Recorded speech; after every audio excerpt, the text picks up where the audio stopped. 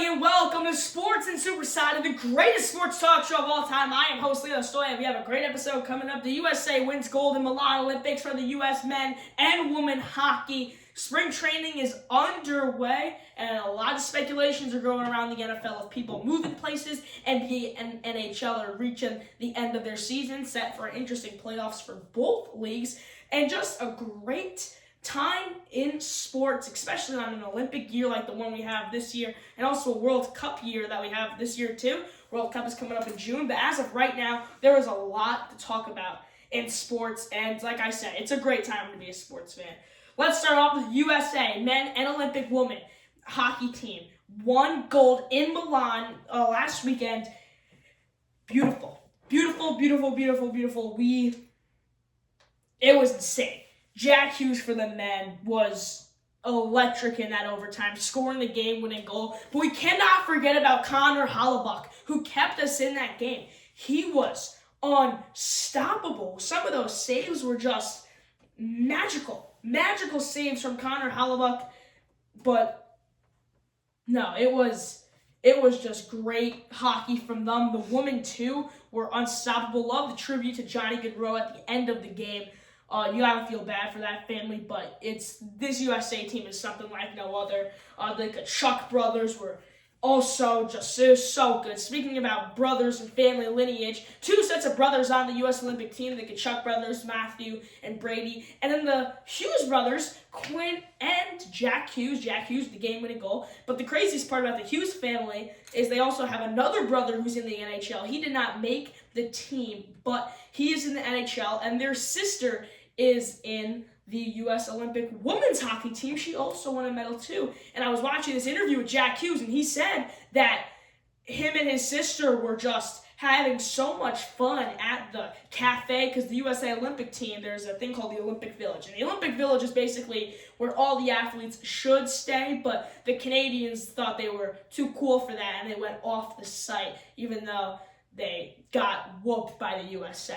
But it's a really nice Olympic little village. It's a little like the Cooperstown Village in Dreams Park. But no, it's great. And I guess the Kachuk brothers had their door open the entire time, having so much athletes come in and out.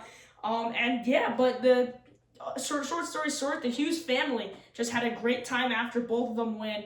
And they just embraced it. They embraced it. The U.S. embraced it. We embraced it. USA hockey back on the map. I think we can say that we are back on the map as dominant hockey nations. But no, I'm excited to see what happens. Let's go to some league sports. The MLB is underway with spring training. It's been pretty interesting to see what's happened. No big moves yet. We haven't seen anything crazy, but we always know there's going to be that one spring training move that's way bigger than the rest. But yeah, New York Yankees, I think they're doing good. I think they're doing good right now. I just think that we need to find the outfield, because we got 6 outfielders that are all signed to contracts. Giancarlo Stanton, Cody Bellinger, Trent Grisham, Aaron Judge, and you have Spencer Jones and Jason Dominguez, who are younger. And I think that you need to make some moves. I think signing Trent Grisham was kind of saying we're going to move somebody. Because you don't need 6 outfielders that are all like that. I think Trent Grisham had a season last year that he will never have again. And I just want that to be clear. I don't think Trent Grisham's going to have a season like he did last year. He just popped that last season. He was unstoppable. He was second on the team in home runs. When you're behind Aaron Judge, you're basically first on like every other team. He was great, really good in the field. I just think for a player to pop like that, does he come back and have the same sort of punch? Who knows? He's only signed to a 1-year deal, so this is not going to kill us like that Aaron Hicks contract that Brian Cashman decided to sign him for, basically 2 decades. But I think this New York Yankees team needs to make a move. I think we held on to Jason Dominguez way too much. I think that's a problem with Brian Cashman. He just likes to watch prospects. He sits there like they're plants growing. And once they bloom, he decides to put them in, and then they die like they do in the fall. You know what I'm saying? They can't produce. That's exactly how a plant works. You watch it grow, then comes the fall, it dies. And Jason Dominguez, you put him in the fall after we thought he reached his potential and he was going to be really good. He died. He had nothing for the Yankees. So I think we should have traded him a long time ago when you could basically trade him and get Ohtani and more. That's how high of a prospect he was. So we definitely held on to him way too much. Now you can't even move him because you know what he is. Could he possibly be a little better? Yeah, he probably could. I don't see it. I do not see it in Jason Dominguez, but I do see it in Spencer Jones. And I think if Cashman learned from his mistake with Dominguez, he needs to either move him up now or move him to another team and get value. Spencer Jones, the lefty Aaron Judge, he is a beast. I've watched him in spring training this year. I watched him last year in the minors. He just hits home runs and plays great defense. I think that's a piece this New York Yankees team needs. They need more star power besides Aaron Judge. And that's exactly what Jones is going to give him. But when you have an outfield that's so compact with more people, it's hard to put him up there. And you're talking about how good he is. If he's that good, you would have put him up by now or traded him. So I think Jason Dominguez is there to probably move somewhere else. I don't see Jason Dominguez falling in the lineup before Spencer Jones. I just don't.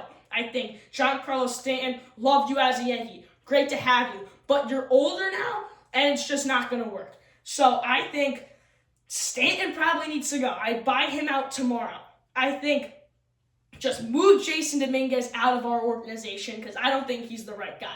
Then you're left with Cody Bellinger, Trent Grisham, and Aaron Judge. You need a fourth outfielder. That's where Spencer Jones comes in. You interchange him with Trent Grisham because I would put Spencer over Trent Grisham, but I think Spencer Jones needs to be on this New York Yankees team. I think, say we buy Stanton out, we move Dominguez somewhere else. That's the move we need to do because I don't want to hear in mid-June when everyone's talking about how good Spencer Jones is and Brian Cashman doesn't put him in. That's my final take on Spencer Jones. We're going to leave it at that. I think the New York Yankees have made a lot of good pitching moves. We're going to have a very strong bullpen going into the season. Garrett Cole is back. The second pitcher on our team, Max Fried. He is an ace on every other MLB team besides like 3.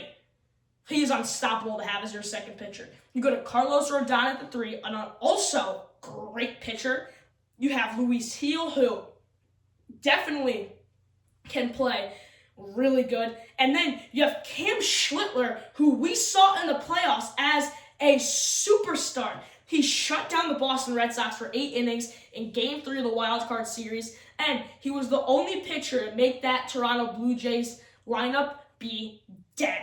That's what Cam Schlittler did. Now, some people say he's a 2-game wonder. No, he's not. I think he's going to come in, he's going to be as good, if not better, as he was last year, and just keep on making lineups crumble when they face Cam Schlittler. I think he's going to be a very vital part of the New York Yankees' success. So I am not worried about our pitching rotation for starters. I think the bullpen, we made a lot of more moves in the trade deadline of the summer. I think we definitely made moves there. I'm really not that worried about the New York Yankees. My only worry would be the outfield and the Spencer Jones issue because like I said, he needs to be up.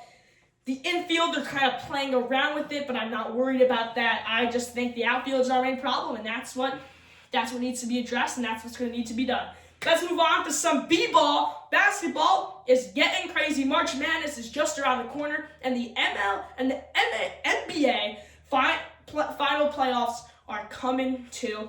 It's very interesting to see the NBA right now. A lot of fun. The All-Star game was garbage, but we could forget about that. It's awesome. NBA is looking really good right now. Hopefully, it shapes up to be a good playoffs. I'm excited. I think a lot of teams are in it to win it. I think everybody right now is neck and neck, and it's going to come down to the final week, and it's going to be fun to see. Nothing better than playoff basketball. March Madness, a lot of superstars, a lot of fun coming around the corner. Too, there's going to be a lot of scoring. You don't see scoring. I mean, you see a lot of scoring in the NBA, but I think we got a lot of scoring, a lot of defense in March Madness this year. A few teams that we didn't think are going to be in the tournament have a chance in a tournament like the Siena Saints. They have a very good team this year. They could possibly make it into the tournament and cause some ruckus. But yeah, it's pretty good right now for the NBA and the March Madness scene coming up right soon. Tournaments, I believe, start next week. So we're going to start seeing those SEC tournaments, ACC tournaments, MAC tournaments All those tournaments are going to be happening next week. And then the big tournament, March Madness, I believe starts on March 18th, 19th, somewhere right along there.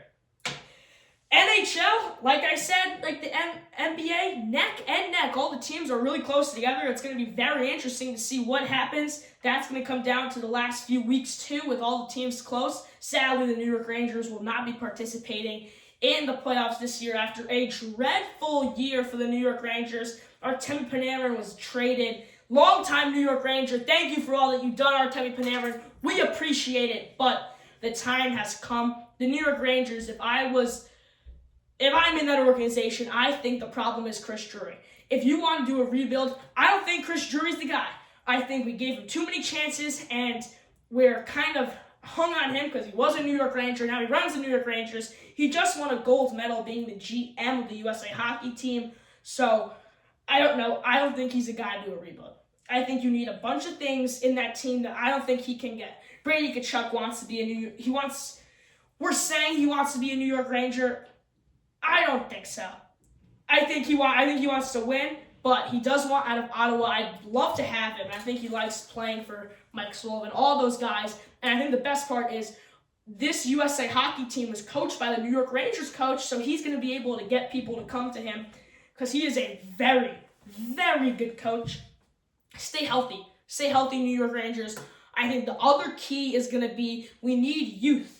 Because when we had that kid line 2 years ago with Alexis Lafreniere, Capo Caco, Philip Pudel, it was one of the most unstoppable lines in the NHL, especially when it came to the playoffs. Now, Alexis Lafreniere has not lived up to his hype. He will not live up to his hype. Capo Caco traded, and Philip Pudel, his career has gone on a major downfall since a very bad concussion a few years ago. So, it was a very good run in that line. I just think if we can get a kid line like that again, get some more youth in our organization, we will be a very good team. And I'm not that worried about the New York Rangers, but I am worried about the New York Jets. I saw real quick before the show runs out, the New York Jets, no one said this is just a rumor that has flown around. Should the New York Jets take a look on J.J. McCarthy? Saying this right now, J.J. McCarthy, you're not welcome in New York. And the thing was, it was trading J.J. McCarthy for a third-round pick. Absolutely not. Let's think about this for a second. Get it. J.J. McCarthy, horrible quarterback, coming off an injury, okay? Coming off an injury like that will definitely affect you. Now, he's in a situation right now. They have a head coach. They have an offensive line. They have a defense, sort of, and they have weapons. Jordan Addison and Justin Jefferson. Those are two weapons right there that no matter what kind of level of a quarterback you are, you should be able to throw the ball. So he basically has it right in front of him. You could add a little bit more to that roster. The New York Jets have none of that. We don't have a head coach. We don't have an offensive line. We don't have a defense. And we definitely don't have weapons because Garrett Wilson just seems to be hurt every other week. So I think if J.J. McCarthy comes to the New York Jets, it would downfall his career even more. I say we do not take the hit on J.J. McCarthy. I saw, I forget the guy's name, I want to say Malachi Starks was the guy's name. It's definitely not that. But the New York Jets wanted Malik Willis. The New York Jets, do we take Malik Willis? I could see that. Taking a veteran at the position who's fairly decent. Or we have 5 first-round picks. Do we trade and get a banger of a quarterback, Joe Burrow, Lamar Jackson? That's another option. So when draft night comes around, I think it's going to be a whirlwind for the New York Jets. They have so much, and they don't even know what to do with it. You're watching Sports and Soppressata on LBS Network. I'm Lino Stoya. Thank you for watching. Podcast every Sunday. We will see you next Sunday.